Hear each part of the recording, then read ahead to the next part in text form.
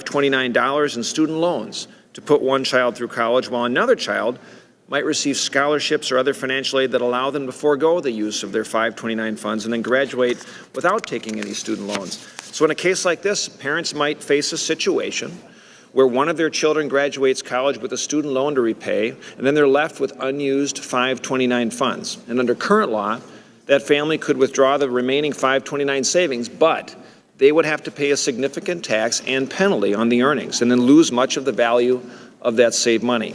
This legislation would solve this problem by expanding the list of 529 qualified expenses to include student loan payments. It would allow a family to use up to $10,000 in 529 savings to help pay down their child's student loan. And by doing this, families will be able to take full advantage of their hard-earned saved dollars and then help children mitigate the anxiety that sometimes comes with having student loans. And with that, Mr. Chairman, I yield back. Chairman yields back. The votes are imminent. The committee will be in recess until immediately after votes. Encourage members to come back. We will remain till we complete our work.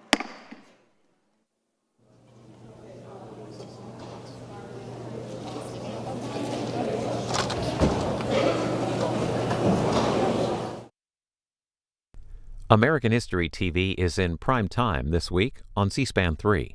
Wednesday, on Oral Histories, our Women in Congress series continues with former Congresswomen Lynn Woolsey and Nancy Johnson. Thursday, historians look at the role of espionage in U.S. conflicts over the past century and a half.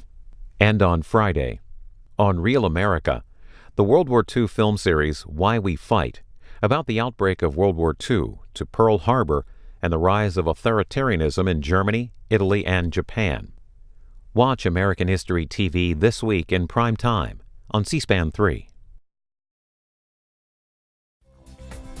What does it mean to be American? That's this year's Student Cam competition question, and we're asking middle and high school students to answer it by producing a short documentary about a constitutional right, national characteristic, or historic event, and explain how it defines the American experience. We're awarding $100,000 in total cash prizes, including a grand prize of $5,000. This year's deadline is January 20th, 2019. For more information, go to our website, studentcam.org. We are live this morning as Special Representative for Iran, Brian Hook, will talk about the country's nuclear program, its proliferation, and U.S. efforts to counteract it. Mr. Hook, who was recently named to the position, will lead the Iran Action Group, which was created in August by Secretary of State Mike Pompeo to coordinate U.S. policy toward Iran in the wake of U.S. withdrawal from the nuclear accord. Live coverage should be getting underway here shortly on C-SPAN 3.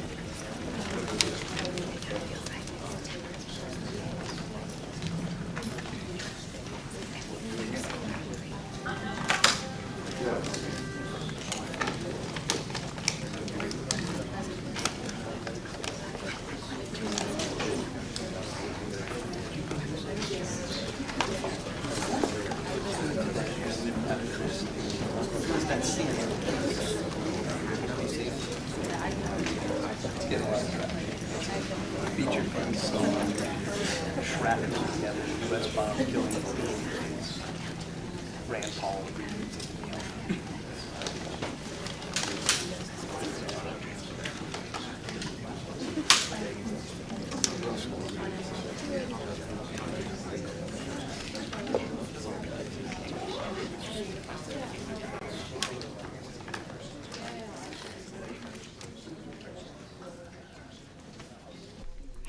We're live this morning as the Hudson Institute is hosting a conversation on Iran's nuclear policy with Special Representative for Iran, Brian Hook.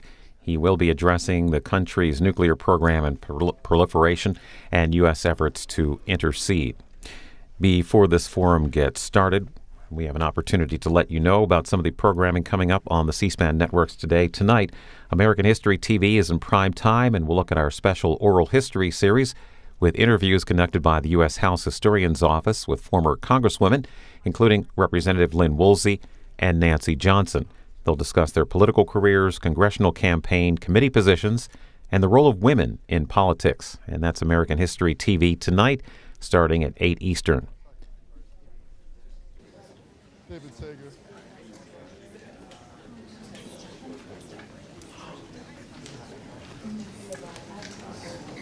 I will. Okay, good.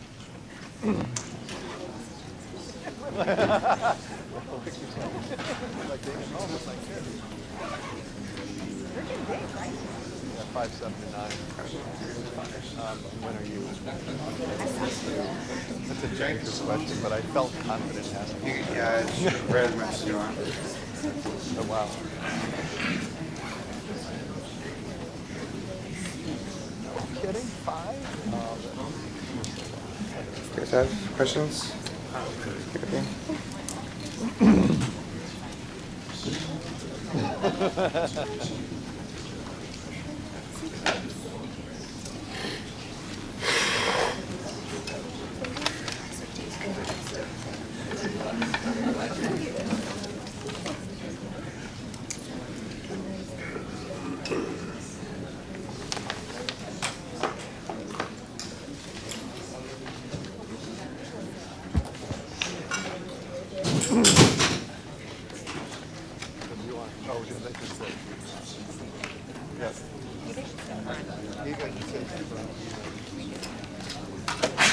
You want me on stage or sit on stage and sit in front? I don't know what the So I tend to think it works better. Oh, we'll take seats on stage.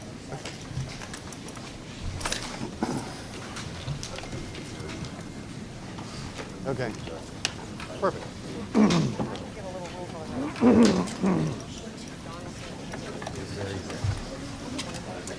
And while we're both still sitting, I'll say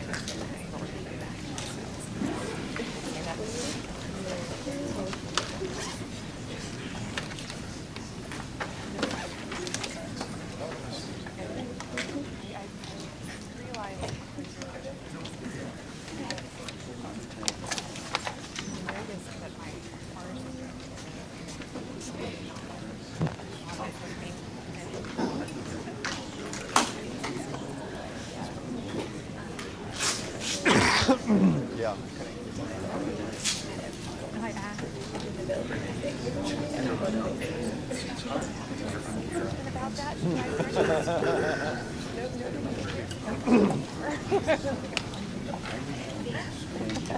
They're not watching anyway, so.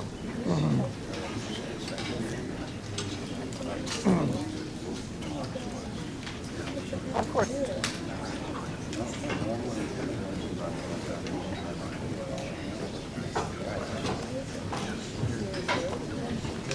He does?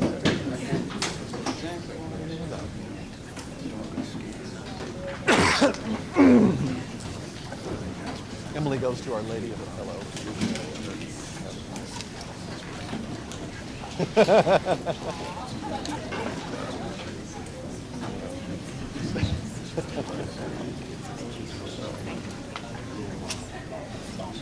you still get that.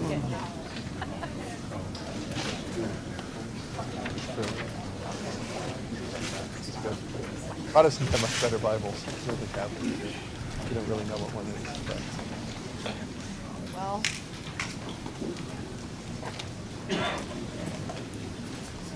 We could, if security's coming up, I'm guessing she's going to interrupt me. She's not going to interrupt you or John. So we probably could start, and then by the time security gets to them, we're not, people wonder what's she's not going to shut down the room. Really? Yes. You're going to hear from the room?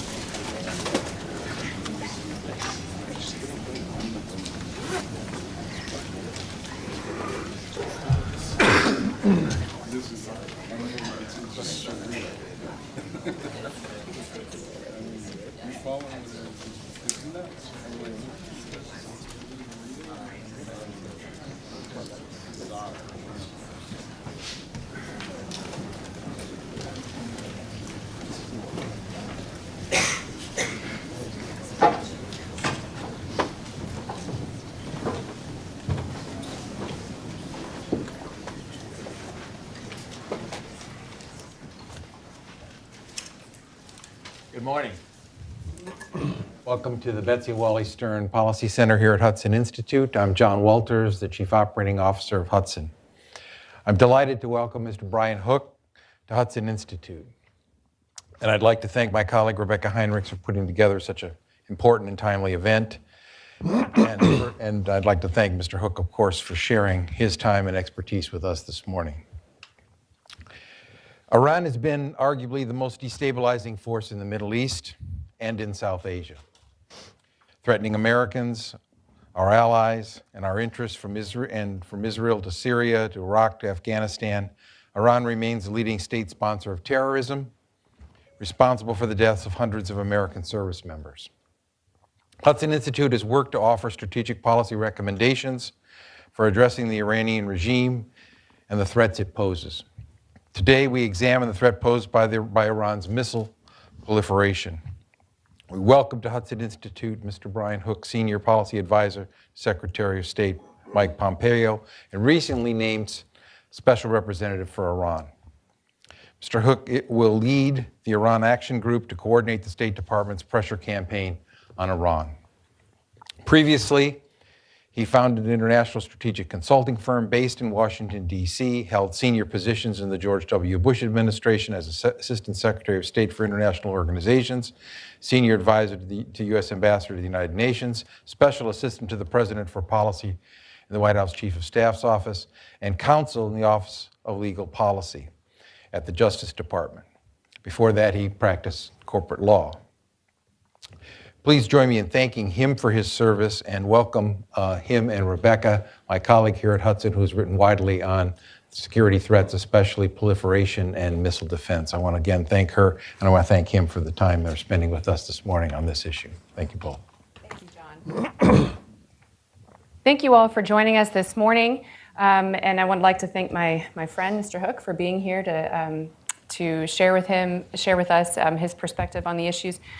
What we're going to do this morning is Brian is going to deliver remarks, and then Brian's going to have a seat again, and then he and I are going to engage in conversation. And then we will take some questions from the audience, but for those of you who do have questions, if you could please raise your hand and write them down on a piece of paper here that will be passed around by my colleagues. And then whenever I signal to him, he'll go ahead and collect those, and then I will ask a couple of questions from that stack. And then we will get everybody out of here right on time. And with that, Brian, the floor is yours. Great, thanks. I'd like to thank the Hudson Institute for hosting me today, and I want to especially thank Rebecca for extending this invitation. As many of you know, Rebecca is a thought leader on nonproliferation and national security issues. I've had the opportunity to work with her and with the Hudson Institute over many years, and so it's a real honor for me to be invited to give a speech on Iran's missile program.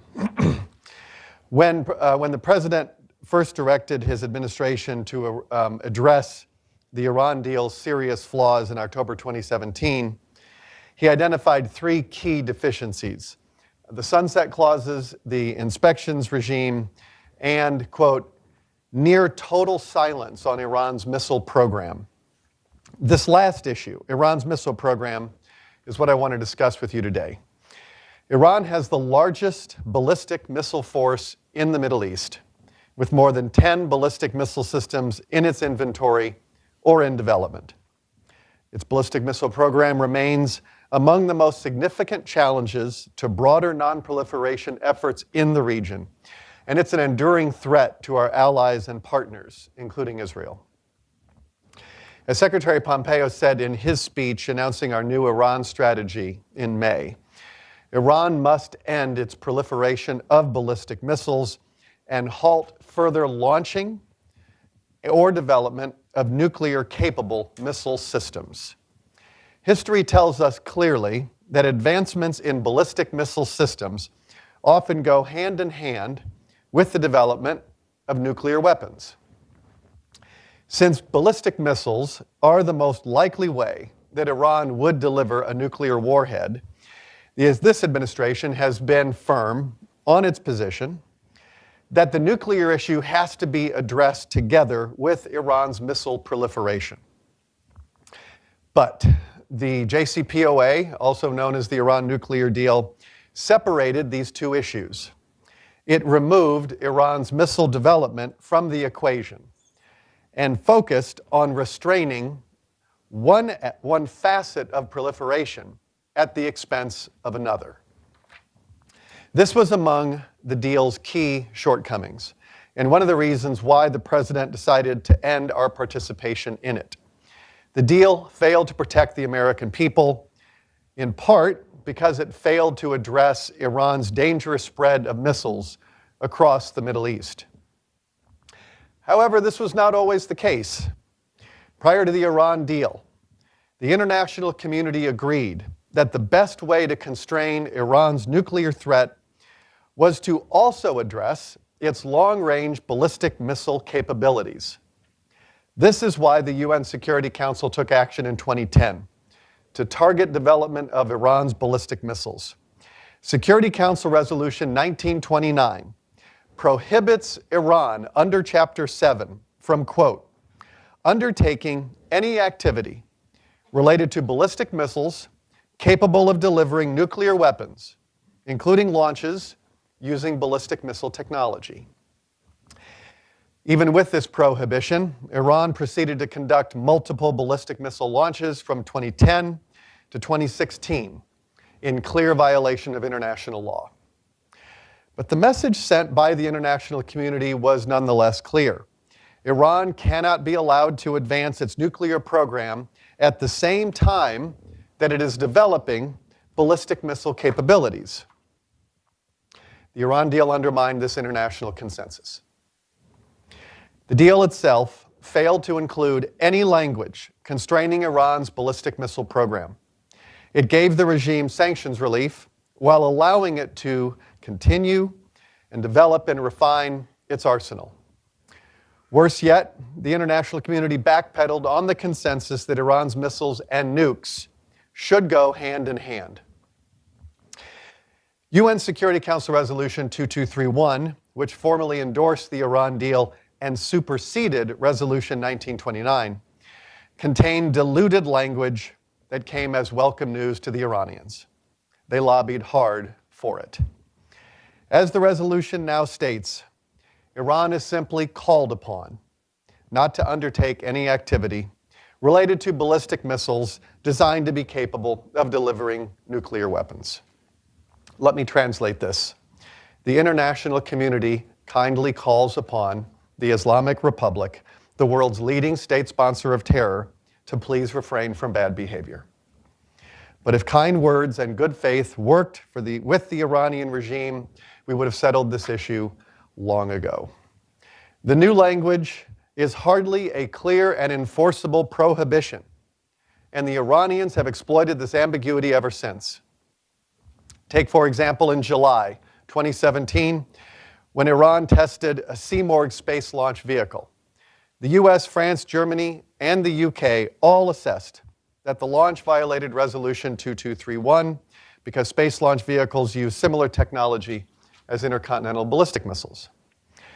When we took our concerns to the UN, the Russians were more than happy to point out that Resolution 2231, quote, contained only a call, which by all means was not a prohibition, to refrain from activities related to ballistic missiles capable of carrying nuclear weapons. The reality that UN member states ignore at their peril is that Iran has continued to develop and test ballistic missiles.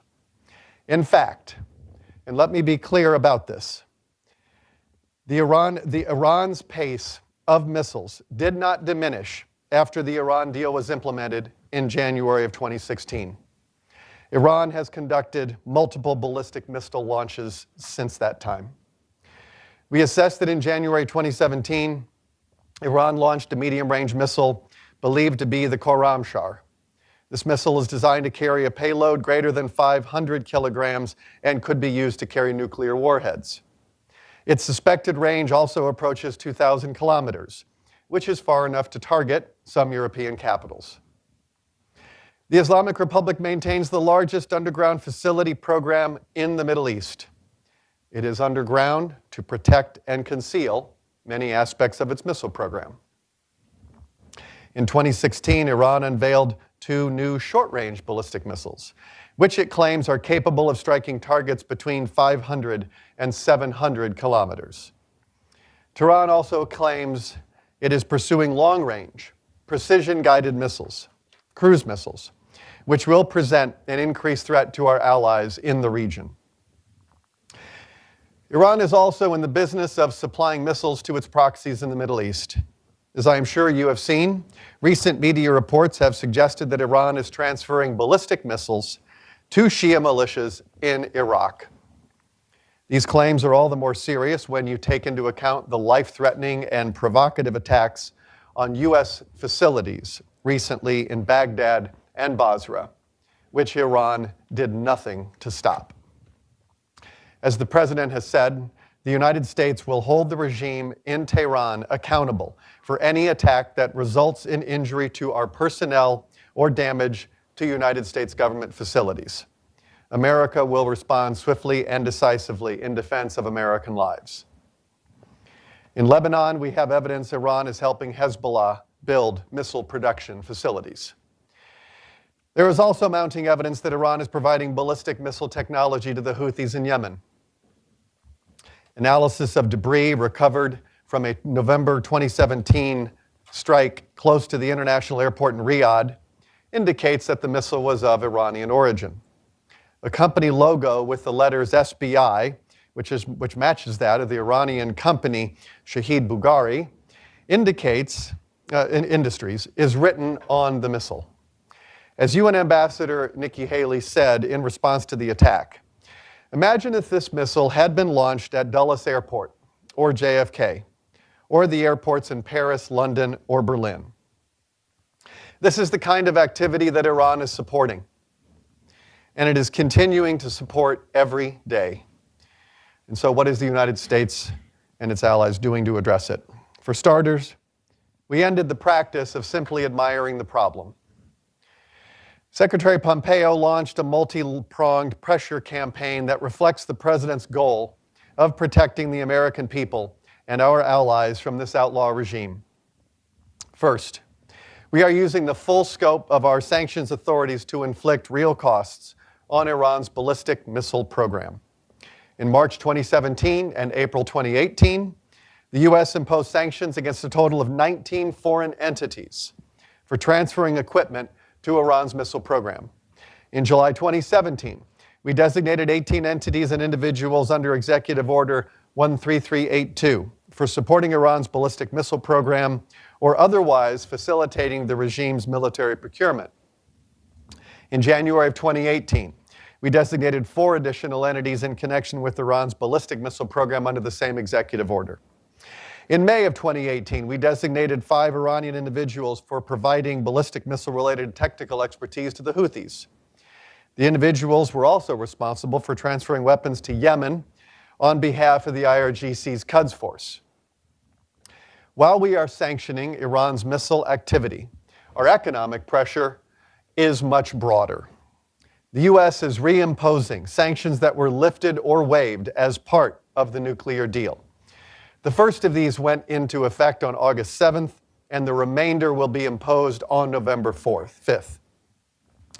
We intend to get global Iranian crude oil imports as close to zero as possible by November 4th to deny the regime revenue to fund its foreign adventurism.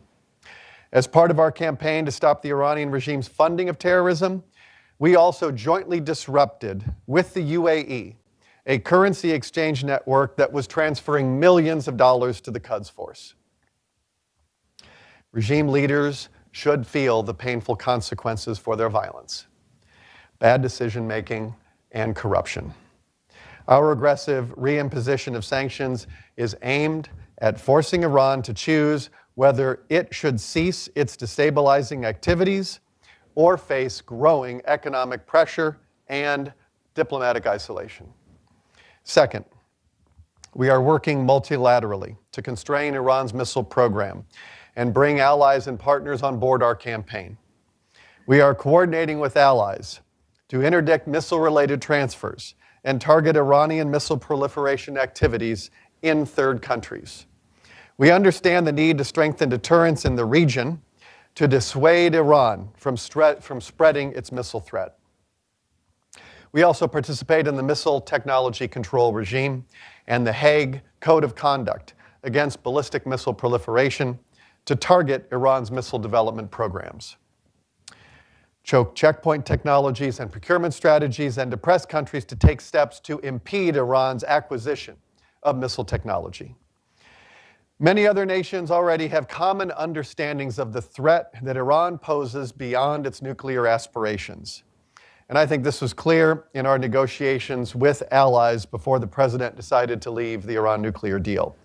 We want more nations to join us in confronting the array of Iran's malign activity. We are asking every nation that can no longer tolerate Iran's destructive behavior to protect its people by joining us. Finally, while not directly related to the missile issue, another critical component of our pressure campaign is Secretary Pompeo's commitment to exposing the regime's brutality and standing with the Iranian people. The Iranian people themselves deserve to know the high level of self-interest that fuels the regime's actions, and we continue to say that the longest suffering victims of the Iranian regime are the Iranian people. We will continue to expose the regime's corrupt monopolies, malign activities, crooked self-dealings, and outright oppression. As the Secretary did during his trip to the Reagan Library, he will continue to engage with the Iranian diaspora. Secretary Pompeo's goal is a comprehensive deal with Iran that addresses the full scope of its destabilizing behavior. We ask the Islamic Republic to behave like a normal country so that it can enjoy the privileges of a normal country. With regard to missiles, this means returning to the pre-Iran nuclear deal consensus. Iran's nuclear proliferation and development of ballistic missiles must be addressed together, not separately. Placing temporary limits on Iran's nuclear program while allowing the regime to develop and proliferate ballistic missiles is a failed policy that the world cannot continue. It is time for all nations to join us in holding Iran to a new level of accountability for its destructive behavior, especially its lawless pursuit of ballistic missiles. Thank you. That is the most ridiculous thing I have seen. The world community wants to keep the Iran nuclear deal. Our allies are the Germans, the French, the British. They want to keep in this deal. The world community wants to keep the deal. Let's talk about normal countries. Let's talk about Saudi Arabia. Is that who our allies are? They are the biggest threat to the world community. And let's talk. You're hurting me. You're actually hurting me. I want to ask, do you think these sanctions are hurting the regime or are they hurting the Iranian people? They're hurting the Iranian people. You are making a case for war with Iran. How did the war with Iraq turn out? You're doing exactly the same thing we did in the case of Iraq. We don't want another war in the Middle East. Ma'am, Let's if you want to see. go outside and give How a does speech, Iraq turn you can out? do that. How did You wanna go Libya outside turn and give a out? speech, you can do We that. have the people You can- of you can Syria take time. suffering. And how dare you bring up the issue of Yemen? It's the Saudi bombing that is killing most people in Yemen. So let's get real. No more war. Peace with Iran. It's a lot of energy for 9:30 in the morning. I think she had her coffee this morning. Wait, just like... Well, thank you, Brian, for those remarks. Sure. Thank you. Thank you all for your patience for that. So, Brian, thank you so much for those remarks. I think that one of the things I think you said, possibly the most interesting thing that you said, or one of the most interesting things you said, was that the Iran deal, which was supposed to have a moderating effect on the regime, in fact, did not have a moderating effect on the regime.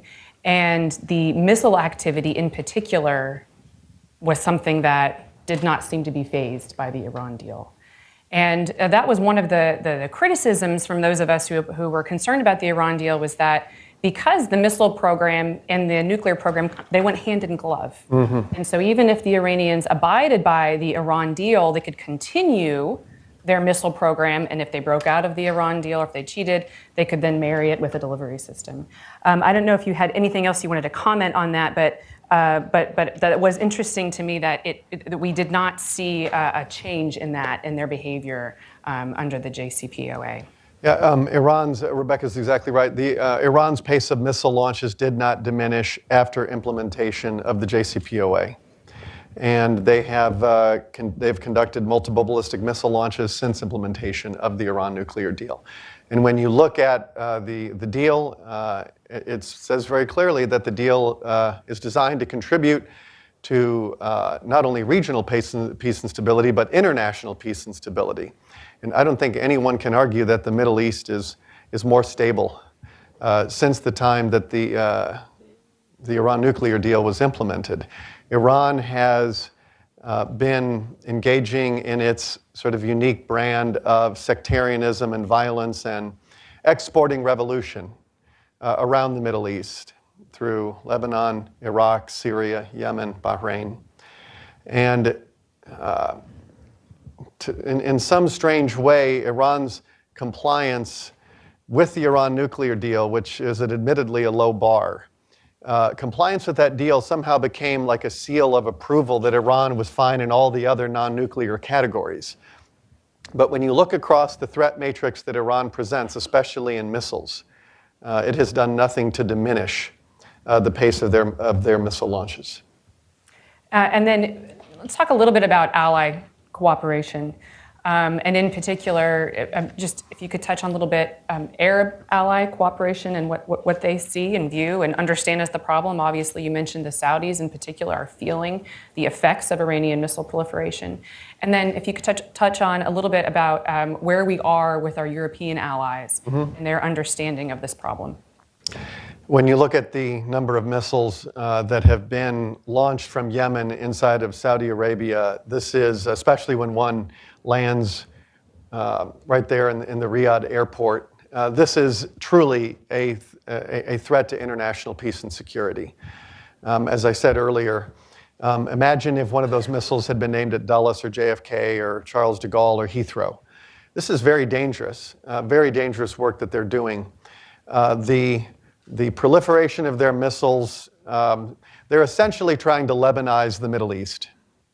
And they were able to really develop a forward-deployed missile base in Lebanon, and they certainly have the same aspirations in Iraq and Syria. And Yemen, where they're using the Houthis as cutouts, proxies. Iran is very good in the gray zone and plausible deniability for these missile attacks. We don't make a distinction between the Iranian government and these Iranian Shia militias that are around the Middle East. And the president spoke on that very clearly recently after the attacks on our properties in Baghdad and Basra. With respect to our work with our allies, I'm in regular touch not only with our European partners, but met a couple of days ago with the Moroccan foreign minister, in regular conversations with countries around the world who are increasingly worried about the missile proliferation threat.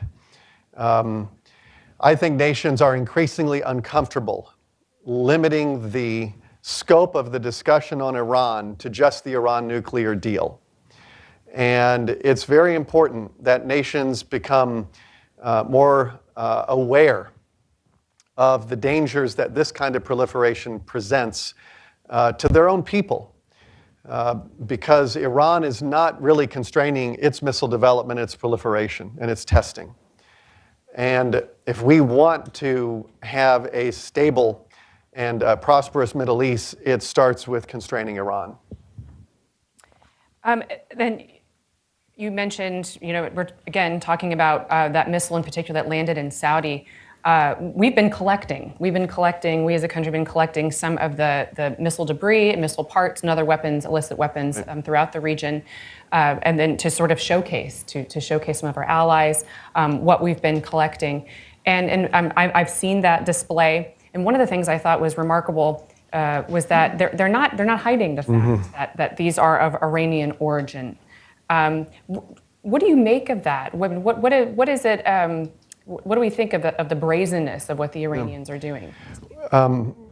There was a prohibition in the UN Security Council under Chapter 7 on Iran's ballistic missile program that was largely lifted under the Security Council resolution that then memorialized the Iran nuclear deal.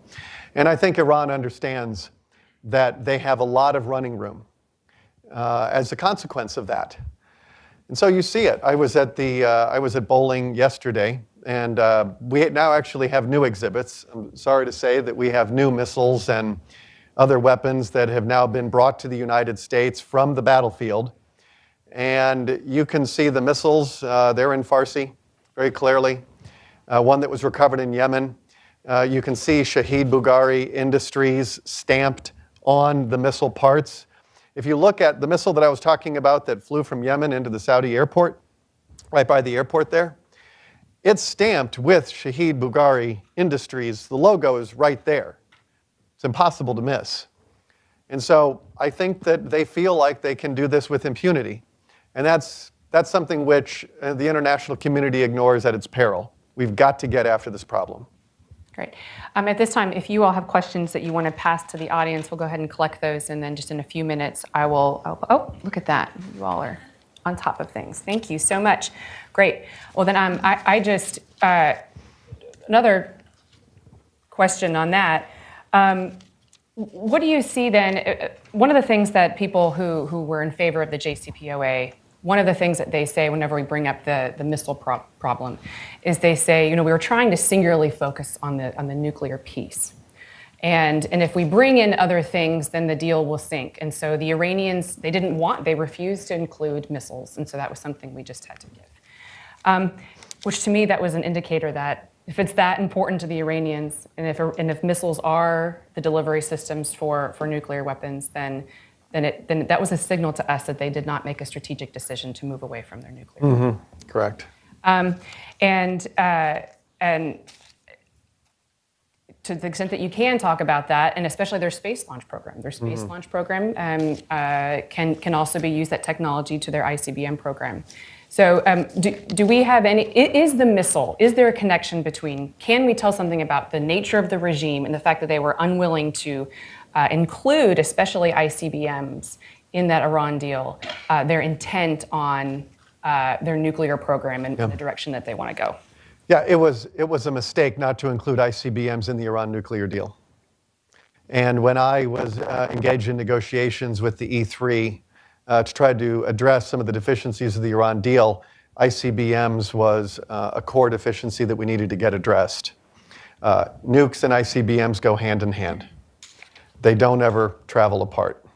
And so it is insufficient to have in Iran a deal with Iran on its nuclear program that doesn't include ICBMs.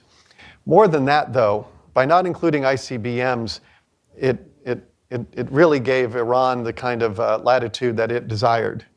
to keep developing, testing, and proliferating its missile program. But it didn't limit it to just missiles. When you look at it in terms of the terrorism that it supports, the cyber attacks that it engages in, the maritime aggression, Iran continues to threaten to close the Straits of Hormuz. So, far from constraining Iran's regional activities, we have seen an acceleration of those activities under the life of the Iran nuclear deal. That is why our new strategy and Secretary Pompeo's 12 requirements are meant to address the totality of threats that Iran presents. And the new deal that we hope to be able to sign with Iran, and it will not be a personal agreement between two governments like the last one, we seek a treaty. And that's very important. In terms of, the Iran nuclear deal was an agreement made by Iran with the president at the time. It was not a treaty. They did not have the votes in the US Senate, and so they found the votes in the UN Security Council. And that's insufficient in our system of government if you want to have something enduring and sustainable. And so that's why we have called for a treaty, which the Iran nuclear deal should have been a treaty. It's something which rises to that element of non-proliferation was significant enough that it deserved, I think, consideration by the Senate.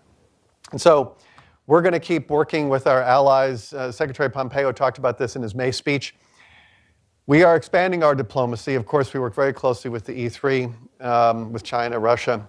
But we know that this threat is not limited to those countries that were members of the deal. It's much broader than that. Iran presents international threats to peace and security. And so an international problem requires an international solution. And so we continue to work with countries around the world.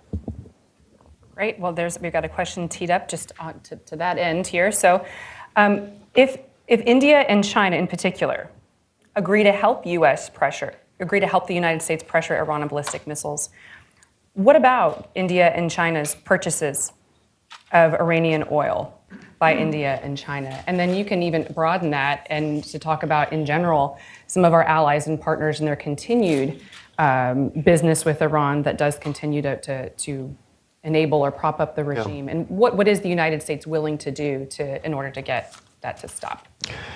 We have said that our goal is to get imports of Iranian oil to zero. I think something like 80% of Iran's tax revenues are based on oil. And the regime's economy is deliberately opaque. It is designed to never know whether you're facilitating commerce or terrorism.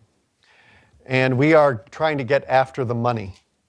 And we have seen well over 100 major firms around the world announce their intention to leave the Iranian market. And that was before we were already seeing a decline in foreign direct investment before the president decided to leave the deal.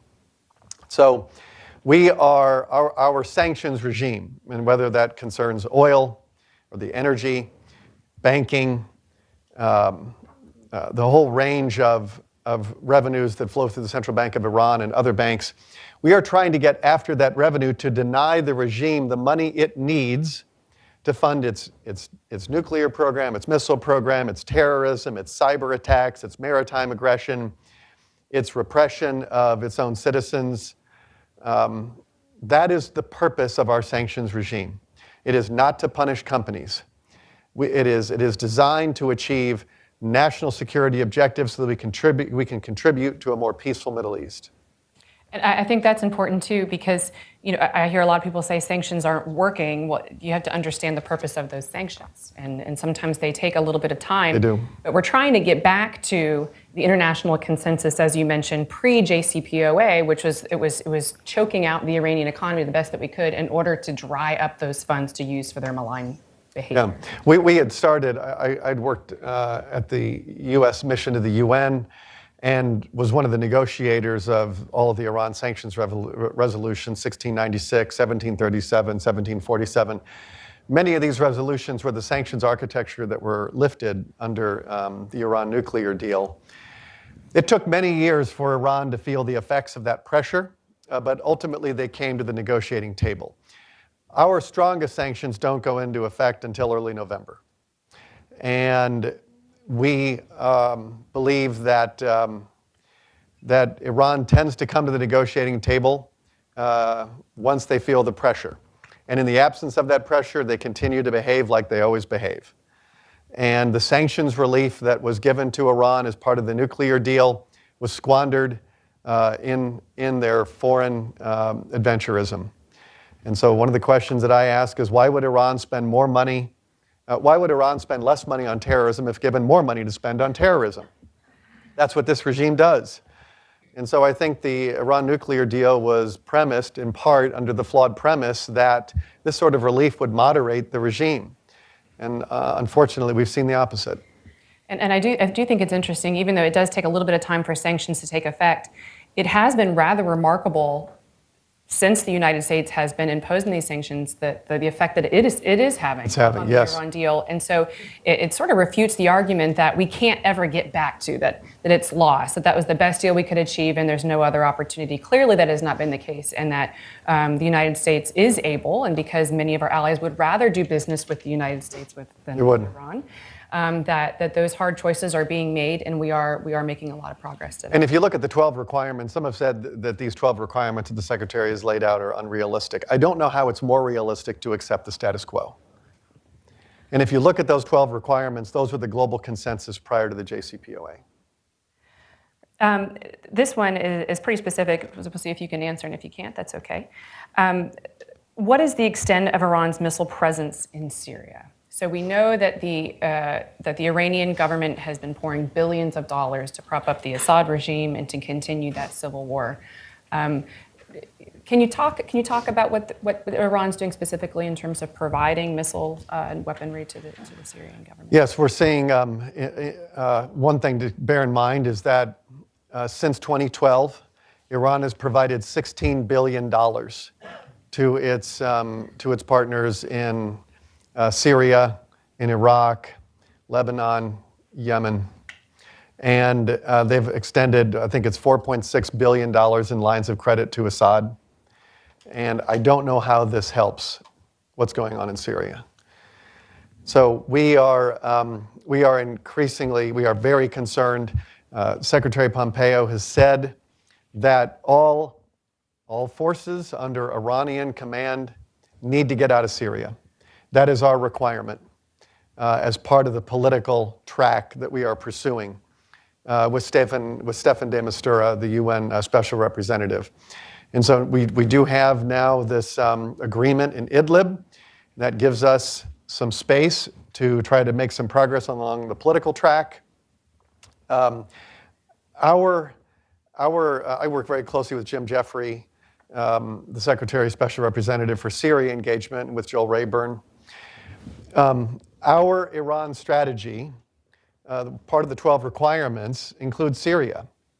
And then we also have Jim and Joel making ending Iran's presence. This is, again, those units that are under Iranian control need to get out of Syria.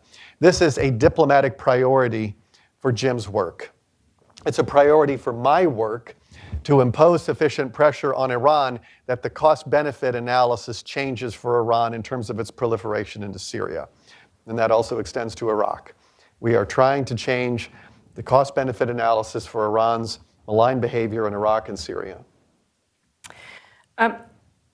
Is there any, this individual wants to know, is there any scope for partnering with Iran on a limited scope here on the stabilization and reconstruction?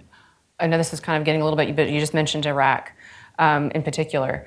Is there any prospect or any, have you seen, put it this way, have you seen that calculus begin to change, especially in Iraq? And is Iran moderating its behavior or showing that perhaps it isn't worth what it's doing to destabilize Iraq, but then it could be part of the solution and not part of the... I think after you saw the press reports about Iran operating missiles into Iraq, you then had attacks on our embassy a couple of weeks ago on Thursday and Friday. Then you had the attacks on Saturday in Basra. You also had the missile launches from inside of Iran into Erbil. And so we have, the president has signaled to the Iranians that we are taking this what seems to be some sort of escalatory behavior on the part of Iran very seriously, and that America will take swift and decisive action to protect our properties and our people in Iraq. So it's very important that the Iranians understand our resolve. I like this question. This is, you work very closely with our allies and trying to make some progress in this front. What about Congress? What's the extent that you have any interaction in persuading and talking to Congress? And do you see, especially in this highly polarized, politicized, environment right now, during the JCPOA negotiations, you had senators, Democrat senators like Senator Schumer, who laid out, I thought Senator Schumer made the best case for not agreeing to the JCPOA. He wrote a press release and laid out all of these things, and missiles was one of his concerns. Do you see opportunities there for consensus in Congress to cooperate with them to actually help implement sanctions? It's a good question. I work very closely with Senate Foreign Relations Committee and House Foreign Affairs Committee with Chairman Royce, Chairman Corker, the ranking members, various members on the committee. I have made it a point during my time working on Iran to work very closely with both houses of Congress. You had a lot of opposition to the Iran deal when it was being negotiated. That's why it didn't enjoy the support of the Congress.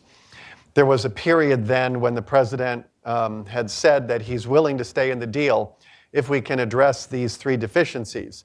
There was support, I think, in the Congress for doing that. We were not able to reach an agreement with the E3 to address. We got very close, but we were not able to end the sunset provisions. Iran has not earned the trust of the international community to have restrictions on its nuclear program lifted. And so for us, in addition to ICBMs, it was critical that we end the sunsets and that the one-year breakout standard exist in perpetuity. We were not able to do that. The president left the deal. Now that we're out, we're very much focused on achieving our objectives across the sort of the range of threats that Iran presents. And in my discussions with Congress, there's a great deal of support. This is not an issue with many factions. It's something which I think everybody recognizes the problem, and Congress has been a very good partner in this way. That's great and encouraging. And then I thought of something too, as our little friend was talking here in the beginning. She was talking a lot about how this was going to hurt the Iranian people. But to the contrary, actually, part of the Trump administration's approach towards Iran, which I think has been remarkable and right on, which is to say, no, the Iranian government has been the number one threat to the Iranian people and peace in Iran. So can you talk a little bit about the separation between the regime and the Iranian people? Yeah. A couple of things. In the 2009, when we had the Green Revolution there, the prior administration failed to stand with the Iranian people, and we corrected that mistake.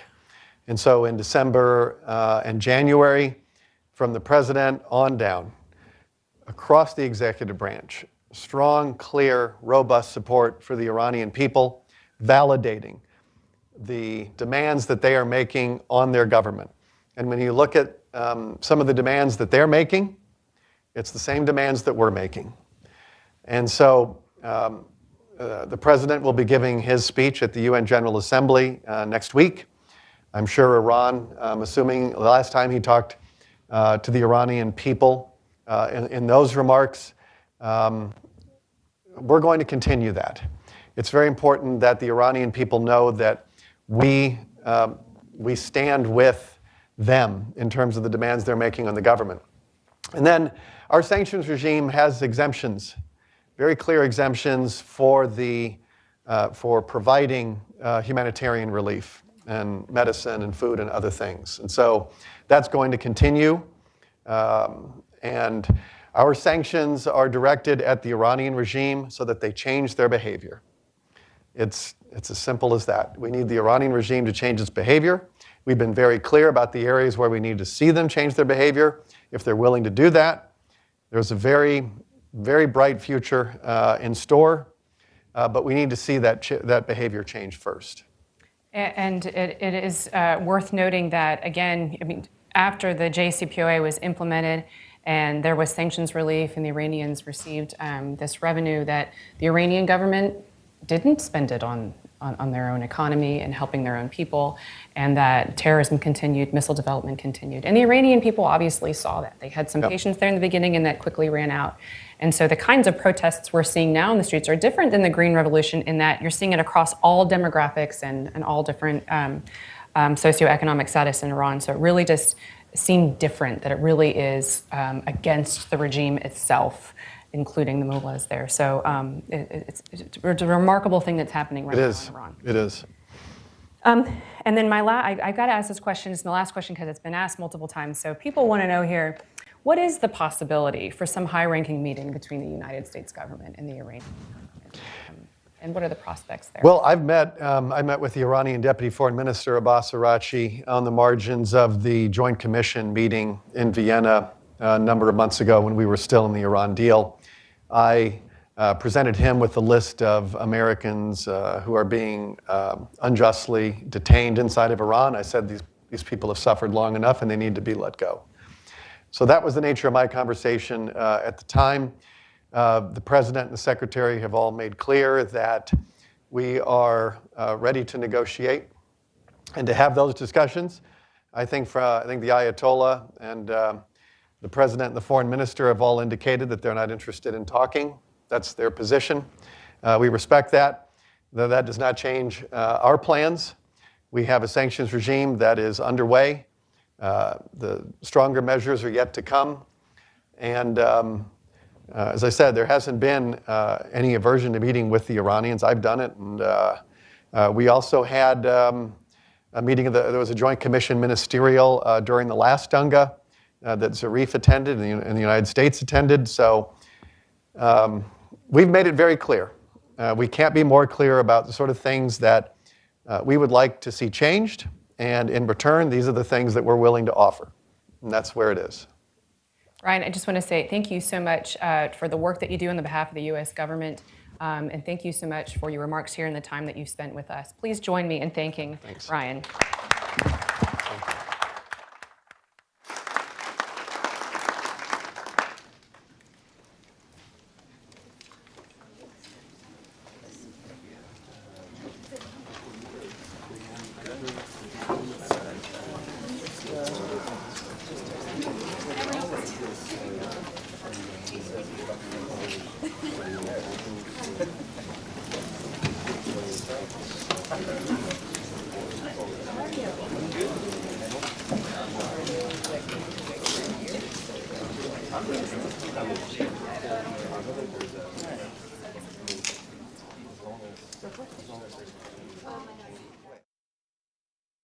American History TV is in prime time this week on C-SPAN 3.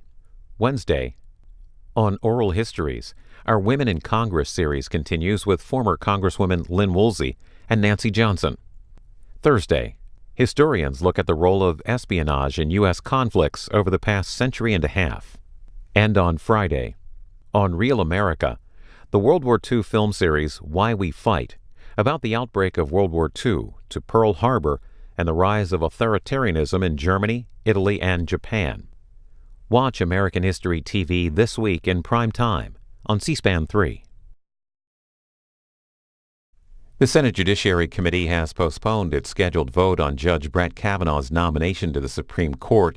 Committee Chair Chuck Grassley has called a hearing for Monday to give Judge Kavanaugh, along with Christine Blasey Ford, who has accused the judge of sexually assaulting her in high school, a chance to testify. It's unclear at this point if Dr. Ford will attend. Her attorney is now asking for an FBI investigation before she appears. Watch live coverage on C-SPAN starting at 10 a.m. Eastern, also available online at cspan.org, or you can listen with the free C-SPAN radio app. And now, a Senate hearing on the Trump administration's trade policies and their effect on agricultural exports. Senior officials from the Agriculture Department and the U.S. Trade Representative's Office testified. They focused on trade negotiations with Canada, Mexico, China, and Japan.